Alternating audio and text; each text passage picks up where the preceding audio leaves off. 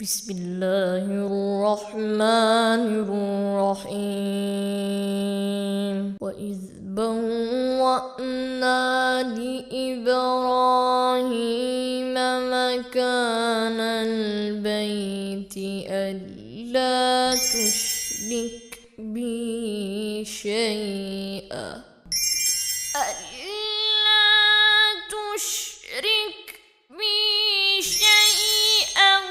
وطهر بيتي للطائفين والقائمين والركع السجود.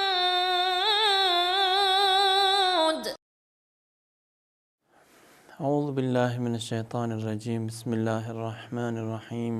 الحمد لله رب العالمين والعاقبة لأهل التقوى واليقين، ثم الصلاة والسلام على سيد الأنبياء والمرسلين حبيب إله العالمين العبد المؤيد الرسول المسدد المصطفى الأمجد المحمود الأحمد أبي القاسم المصطفى محمد صلى الله عليه وآله وسلم.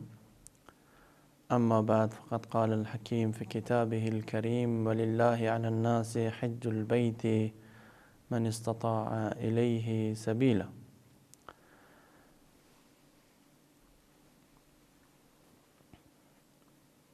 On the 10th of Zul Hajjah, which is the day of Eid al-Adha, or the day of sacrifice, the pilgrims must move from Muzdalifah to Mina. Of course, on the night preceding the day of Eid or the Eid day, the pilgrims must stay at Muzdalifah, because that is an obligatory stay, that is a must. Wuquf at Muzdalifah on the night which precedes the day of Eid al-Adha or the day of Eid Qurban is obligatory. And at sunrise, the pilgrims can move out of Muzdalifah to reach Mina.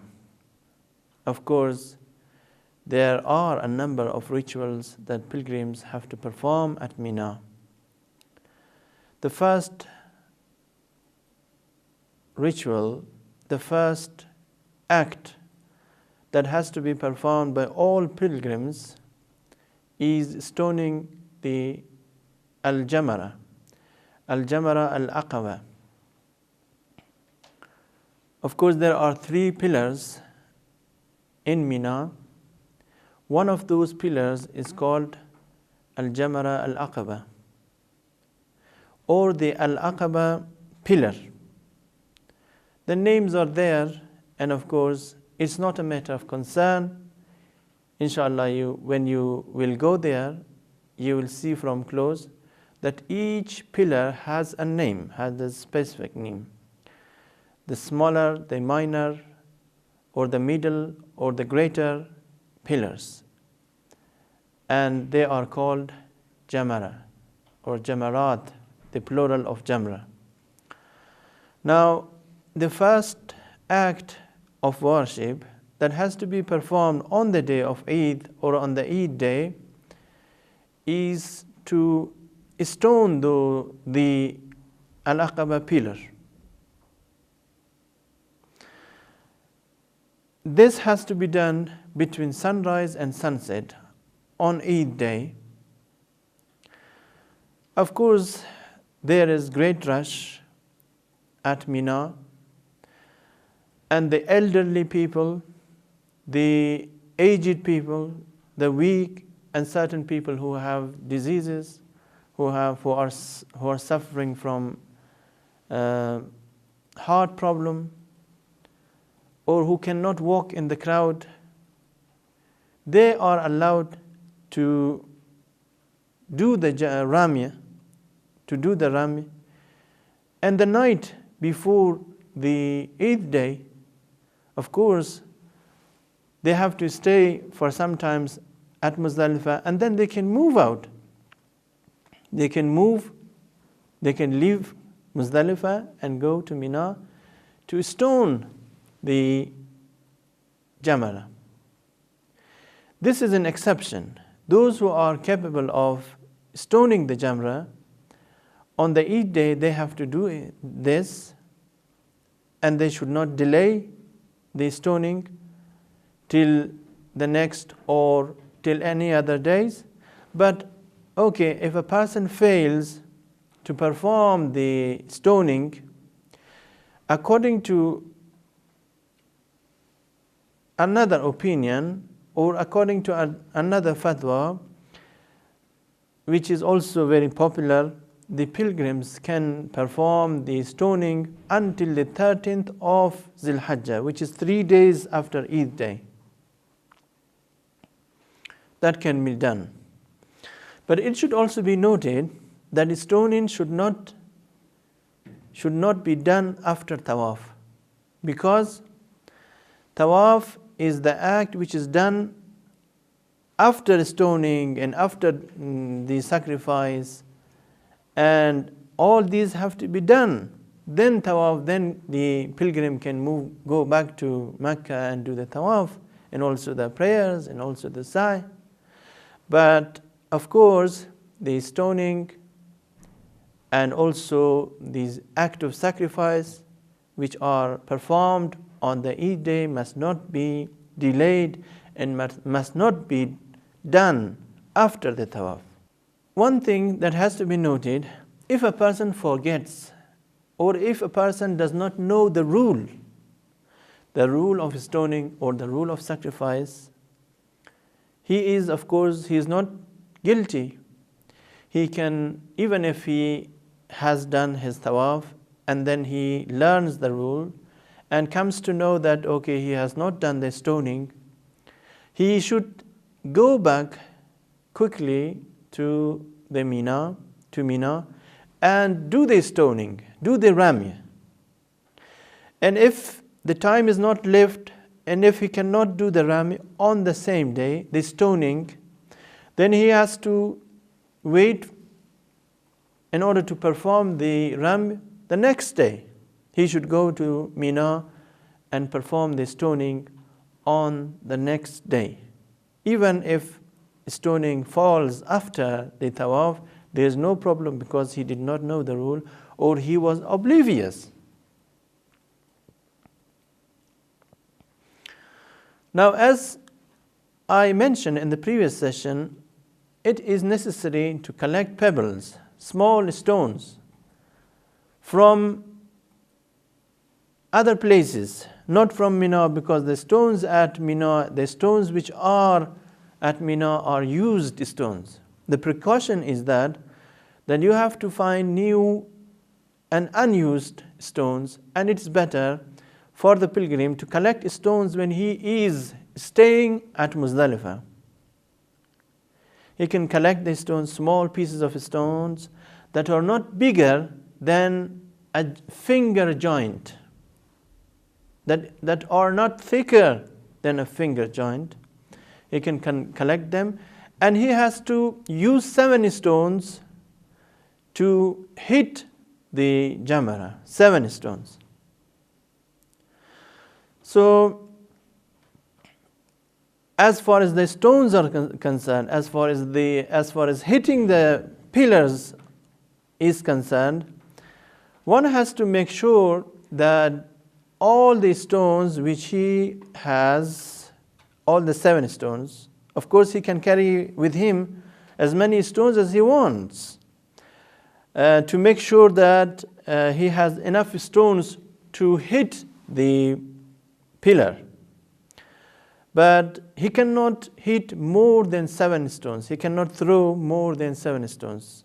And he has to make sure that, of course, he hits, that the stones which he throws at the pillar hits the pillar.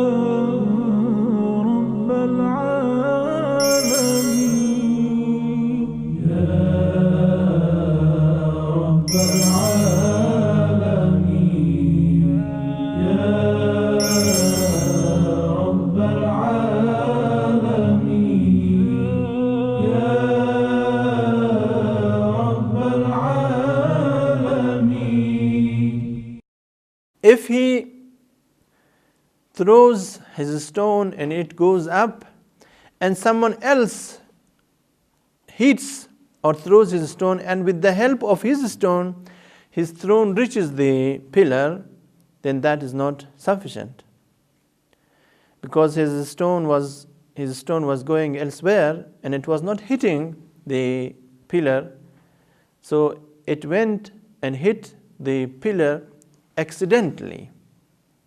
So that is important. The stones must not hit the pillar accidentally. And the person should aim at the pillar, and it should hit after he or she aims at the pillar, and he should make sure that his stones have hit the pillar.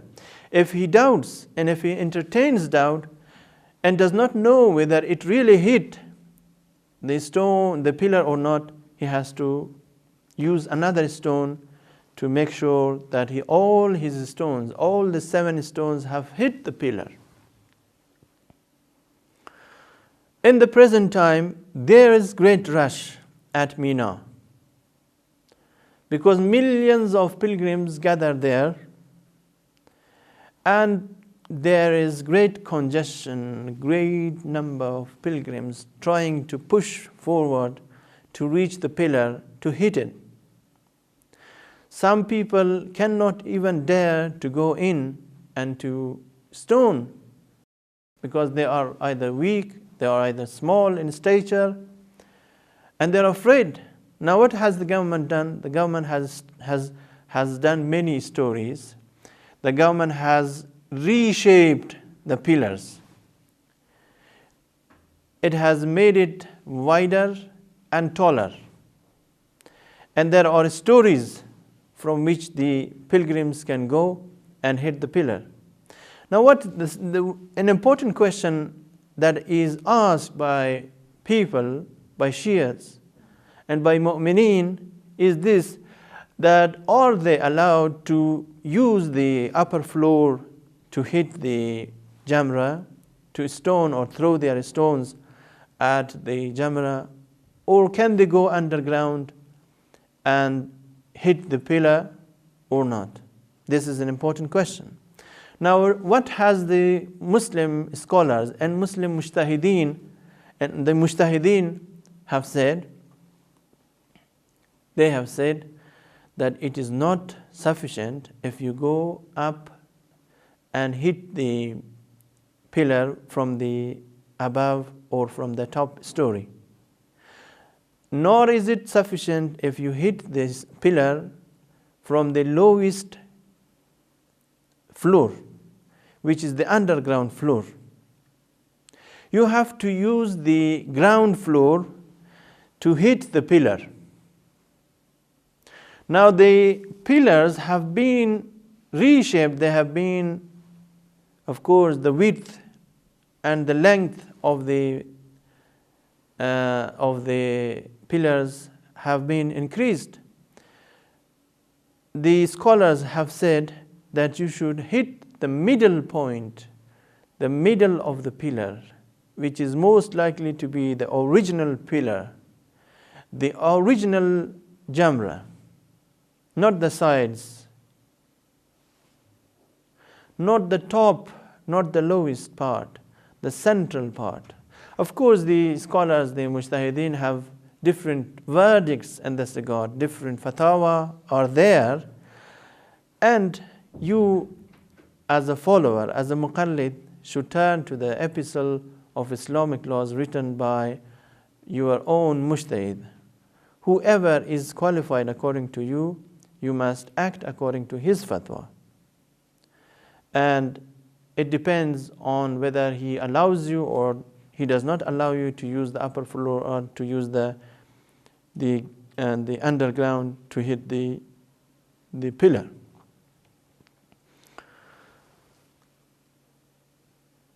Another important ritual in connection with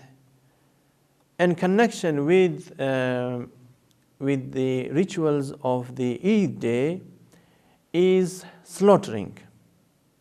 slaughtering. Because this day is the day of Eid al-Adha, this day is the day of Eid al-Qurban, as the Persians and Urdu speakers normally say. Adha also means sacrifice. On this day, the pilgrims have to sacrifice. They have to sacrifice either a sheep or a camel or a cow. Now, if a pilgrim wants to sacrifice a camel, he has to choose a camel that has completed its 5th year. And a camel which has not reached and completed the 5th year cannot be sacrificed for the sacrificial ritual. And if he cannot afford to sacrifice a sheep, he can sacrifice. If he cannot afford to sacrifice a camel, he can buy a cow, which may be cheaper. And if he is going to sacrifice a cow, the cow should have completed its 2nd year. And of course, it is better that the cow should have completed its 3rd year. Now, if you are going to sacrifice a sheep, as many pilgrims do, because many pilgrims cannot afford to buy camels, and maybe there are not as many camels as needed or that could be purchased by all pilgrims, they can sacrifice a sheep. Now, the same rule applies to a sheep which is going to be sacrificed. The sheep should have completed completed its 2nd year, and it's better that the sheep should have also should have completed its 3rd year, but it's not mandatory, it's not obligatory. If the sheep has completed its 2nd year, then that is fine and you can sacrifice it. Of course, you have to do it either yourself or you have to choose an agent. In the present time, all pilgrims cannot do this because they cannot go to the place where they can find or buy a camel. That is almost impossible for all pilgrims to go and buy a sheep and then sacrifice it. Many people cannot do this. They cannot sacrifice it independently and by himself. So, and even in the present time, you are not allowed to sacrifice your sheep wherever you want. According to grand religious scholars, the sacrifice has to be done at Mina. But now the slaughtering house has been moved. It has changed. The Saudi government has built a special place for the sacrificial ritual or for sacrificing the animals. And all pilgrims cannot go there to sacrifice, so they have to choose an agent. They have to choose someone who could sacrifice the animal on his behalf, and with the niyyah of attaining God's pleasure, with the niyyah of complying God's order, with the niyyah of qurbah, because niyat is important.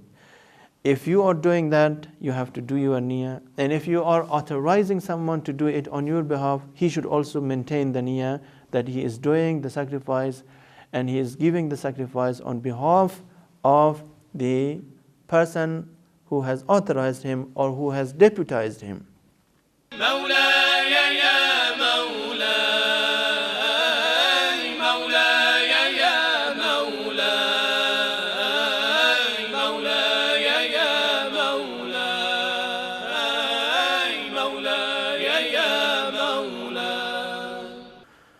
And there is also an important question regarding the sacrifice.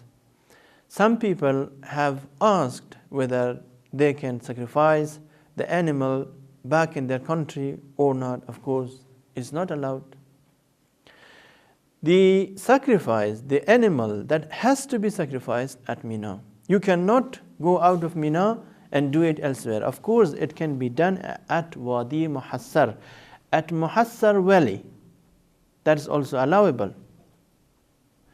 But you cannot ask your relatives, your parents, or your friends to do the sacrifice back in your country at the time when you are performing the rituals in Mecca.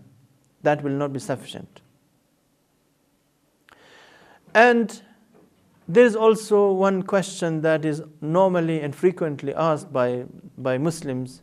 They say that many people, of course, believe and think that doing sacrifice on the day of Eid al-Adha, for those who are not pilgrims, for those who are living in their homes, is something mandatory. It is compulsory. This is a question that is asked by people. Even people who are so poor and who cannot afford to buy a sheep, they think they have to sacrifice an animal on this day, and they go to extremes, collecting money, buying a sheep and doing the sacrifice. Of course, it's not obligatory for a person who is not performing the Hajj rituals. Or even if he has performed the Hajj rituals, but now he is not doing it at the present time, he is now living in his own hometown, and he had done it long time ago, it's not mandatory for him to perform the sacrifice. It is only recommended. It is mustahab. It is something that will earn you reward if you do it. But if you do not do it, you will not be chastised, you will not be punished, and you will not be scorned for not giving a sacrifice. That has to be taken into consideration. And of course, the sacrifice has to be done after you have done the stoning. You will stone the Jamratul Aqaba, or Al-Jamra Al-Aqaba, and then you will do the sacrifice. The sacrifice should also be done on the same day, on the day of Eid al-Adha, which is the day of sacrifice. And if you have not done it, or if you have failed to do it, you are allowed to do it on the ensuing day, but that should not be postponed deliberately and intentionally. You have the permission. If you have not done it, you have the right and you have the permission, and you are actually compelled, according to Sharia law, to do it, to go back to Mina and to perform to give the sacrifice, to sacrifice an animal. Whatever animal you can afford, you should do it, but it should be either sheep or cow or camel, and sheep is affordable for pilgrims. If in case a person forgets to sacrifice an animal and he goes out of Mecca, he can make a call to his friend or to someone whom he knows or who goes to Mecca to perform the ritual, to sacrifice an animal. And if no one is there, he can give the money to someone to do it next year for him. But that has to be done. And the ensuing year, during the Hajj season, it can be done. And of course, it's not necessary for him to do it himself and to oversee the sacrifice. He can trust someone, give the money to him to do it on his behalf, and he can allow him to give the money to someone else to authorize someone to choose an animal and to sacrifice it. As far as the meat of the animal which is sacrificed is concerned, it has been said by the religious scholars that one-third of the meat can be consumed by the person himself. He can take it with him and go to his hometown, give it to his family, and eat the meat himself, 1/3. As for the remaining, of course, he should give it to the poor, to the needy, and to those who deserve to receive the meat. And of course, it has to be noted that in the present time, it is almost difficult for a pilgrim who is performing the sacrifice and who is doing the rituals to carry the meat with him. So as a result, we see that the meat is left there, and it's the government, or there are special agencies, they are operating there, doing this, collecting the meat and sending the meat to some countries. Like, yes, of course, the meat is sent to poorer countries. I don't want to mention the names of certain countries that receive the meat. And there is something that has to be taken into consideration, and that is about there are some agencies there inside Mecca that want to sacrifice the animal on your behalf. They claim to be doing this, and they have to be they have to be trustworthy agencies, because as far as I know, there are some fake agencies who take the money, who claim to be doing the sacrifice, buying the animals and doing the sacrifice, but they are in fact not doing it. They do not kill the animals. So they just collect the money and they do nothing.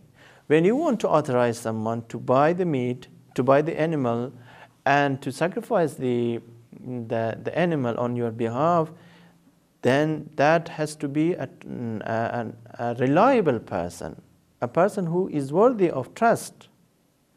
And you should not give your money to someone who is not reliable, or to an agency to do the sacrifice on your behalf. Otherwise, it will not be sufficient.